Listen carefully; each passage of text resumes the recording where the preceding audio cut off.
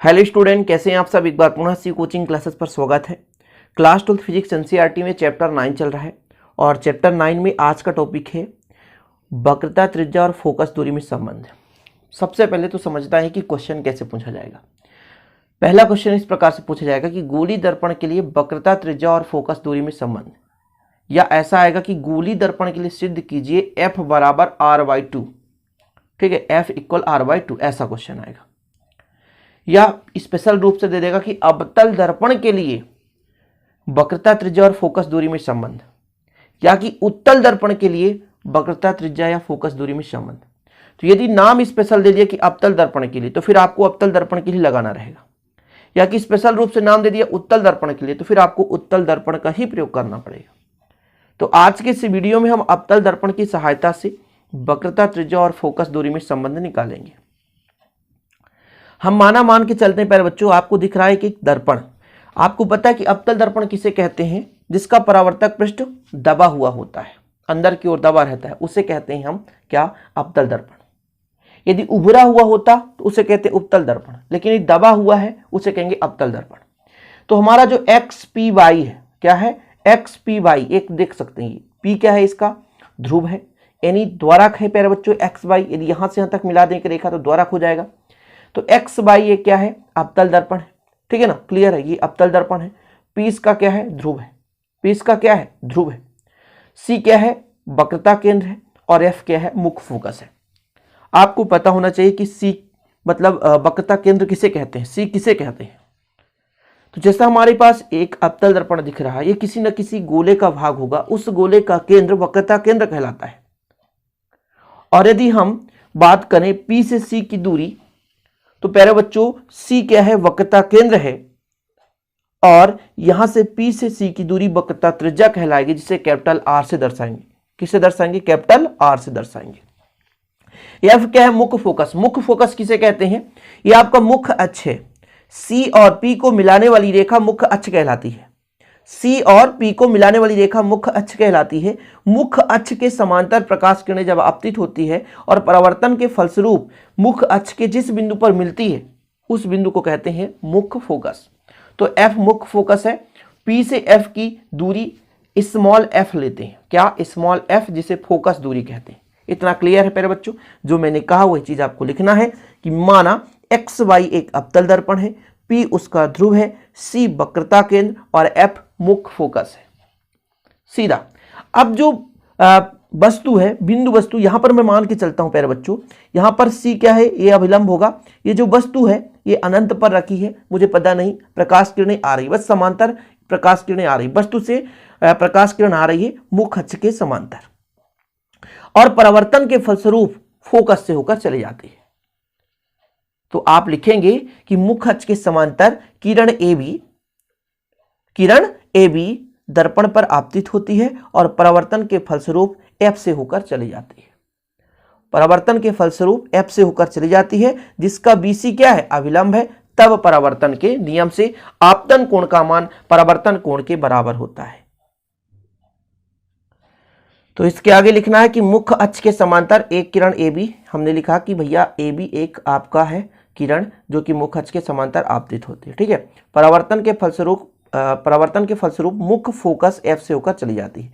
ये आपका मुख्य फोकस F है, ये आपका AB किरण आपतित होती है, परावर्तन के फलस्वरूप फोकस से होकर चली जाती है।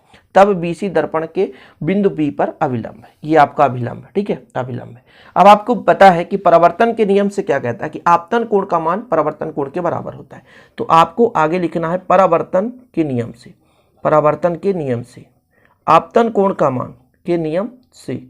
देखिएगा जरा थोड़ा सा, ये आपका ABC आपतन कोण है, और ये आपका परावर्तन कोण है, मतलब CBF या FBC, जो भी लिखना चाहते हैं लिख सकते हैं। तो यहां पर लिख सकते हैं आपतन कोण ABC बराबर कोण CBF। आपतन कोण का मान परावर्तन कोण के बराबर होता है। ये आपका हो गया समीकरण फर्स्ट।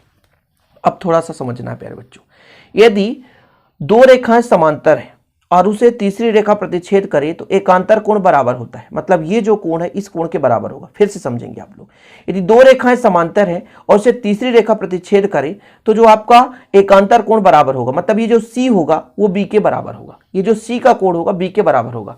फिर से समझने की कोशिश करें, चूंकि दो रेखाएं क्या है, समांतर है। आगे आप लिखेंगे चूंकि जो AB है वो आपके PC के समांतर है या CP के समांतर है, ठीक है, को BC क्या करती है, BC रेखा मिलाती है या प्रतिच्छेद करती है, मिलाती है, लिख लें, मिलाती है।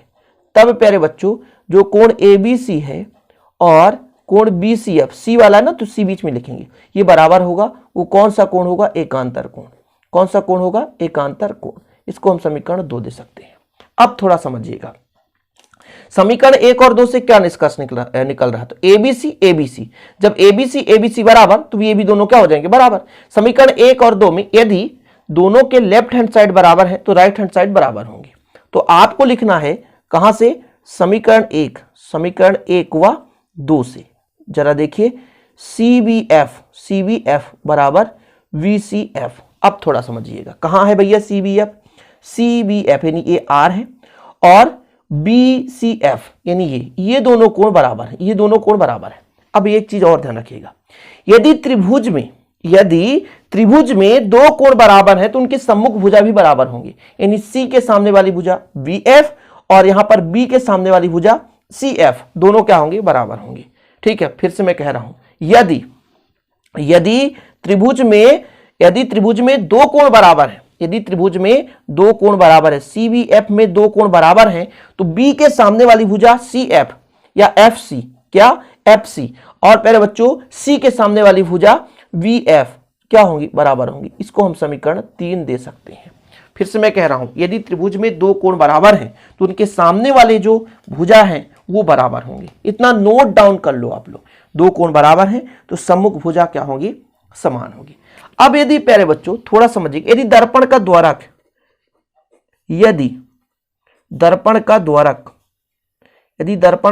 अत्यंत छोटा हो, द्वारक अत्यंत छोटा हो तो जो VF होगा वो लगभग PF के बराबर होगा, लगभग। थोड़ा समझिएगा, फिर से मैं डायग्राम से ही समझाऊंगा। ये जो दर्पण का द्वारक है, X और Y को मिलाने वाली जो रेखा होती है वो दर्पण की द्वारक कहलाती है। फिर से समझें, जो आपका दर्पण होता है उसके दो सिरे होते हैं, यदि सिरों को हम मिला देंगे प्यारे बच्चों, X और Y को मिला देंगे तो रेखा की लंबाई द्वारक कहलाएगी। तो कहने का मतलब यदि द्वारक भैया बहुत छोटा हो, X यहां पर आ जाए तो जो आपका VF है वो PF के बराबर होगा, इसका मान इसके बराबर हो जाएगा। मैं कह रहा हूं ना, ये बिंदु यहां पर आ जाए, ये जो बिंदु B है यहां पर आ जाए तो लगभग ये जो BF है वो PF के बराबर होगा कि नहीं होगा, हो सकता है। तो थोड़ा समझिएगा, मैंने क्या कहा, BF जो है PF के बराबर है। अब देखिए FC और BF, और ये BF और PF, कहने का मतलब यदि इन दोनों को हम मिला दें तो जो FC है और PF ये दोनों बराबर हो जाए। क्यों, क्योंकि इसको हम समीकरण 4 दे सकते हैं। समीकरण 3, यहां भी BF यहां भी BF, तो ये आपका 4 है तो ये भी 4, तब ये भी 4 हो जाएंगे। ऐसा यदि इसका मान 5 है तो इसका मान 5 है, तो ये भी 5 और ये भी 5। तो समीकरण 3 और 4 से आप लिख सकते हैं। तो आगे लिखेंगे आप लोग समीकरण किससे, समीकरण 3 और 4 से।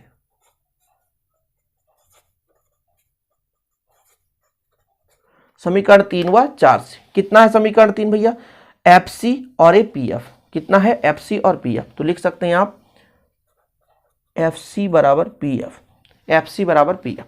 दोनों पक्षों में PF जोड़ने पर, दोनों पक्षों में PF जोड़ने पर, दोनों पक्ष में PF जोड़ दीजिए तो कितना निकल कर आएगा, ये आपका FC है, जोड़ेंगे PF, इधर PF है, जोड़ेंगे तो PF हो जाएगा। ठीक है, ये PF, FC और PF जोड़ेंगे तो कितना आएगा, डायग्राम से ही समझ पाओगे आप।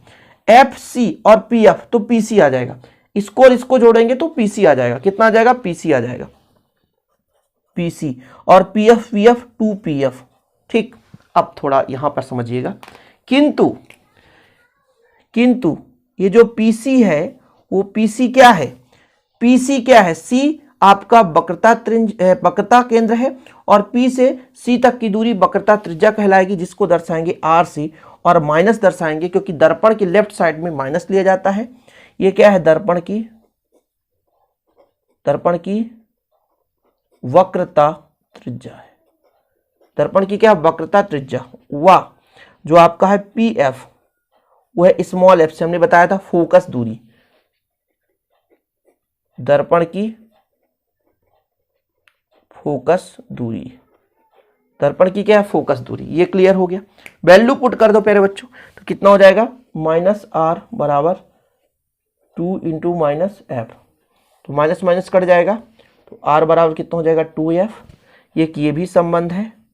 और प्यारे बच्चों यदि f बराबर लिखेंगे तो r/2, एक ये भी संबंध है। ठीक है, यही है अवतल दर्पण के लिए फोकस दूरी और उसके त्रिज्या में संबंध। अर्थात आप यहाँ पे लिख सकते हैं अवतल दर्पण की जो फोकस दूरी है वो वक्रता त्रिज्या की आधी होती है। क्या होती है? अवतल दर्पण की फोकस दूरी वक्रता त्रिज्या की आधी होती है। सिंपल है, बहुत सिंपल है। आपने क्या लिखा? अवतल दर्पण की फोकस दूरी, ये f है फोकस दूरी, और उसके वक्रता त्रिज्या की आधी होती है। उम्मीद करता हूं आज का वीडियो आप लोग समझ गए होंगे और जो भी टॉपिक था उसे अच्छे से तैयार कर लेंगे। वीडियो पसंद आए तो लाइक जरूर करें, दोस्तों के साथ शेयर करें। मिलते हैं अगले वीडियो के साथ, तब तक के लिए जय हिंद, वंदे मातरम।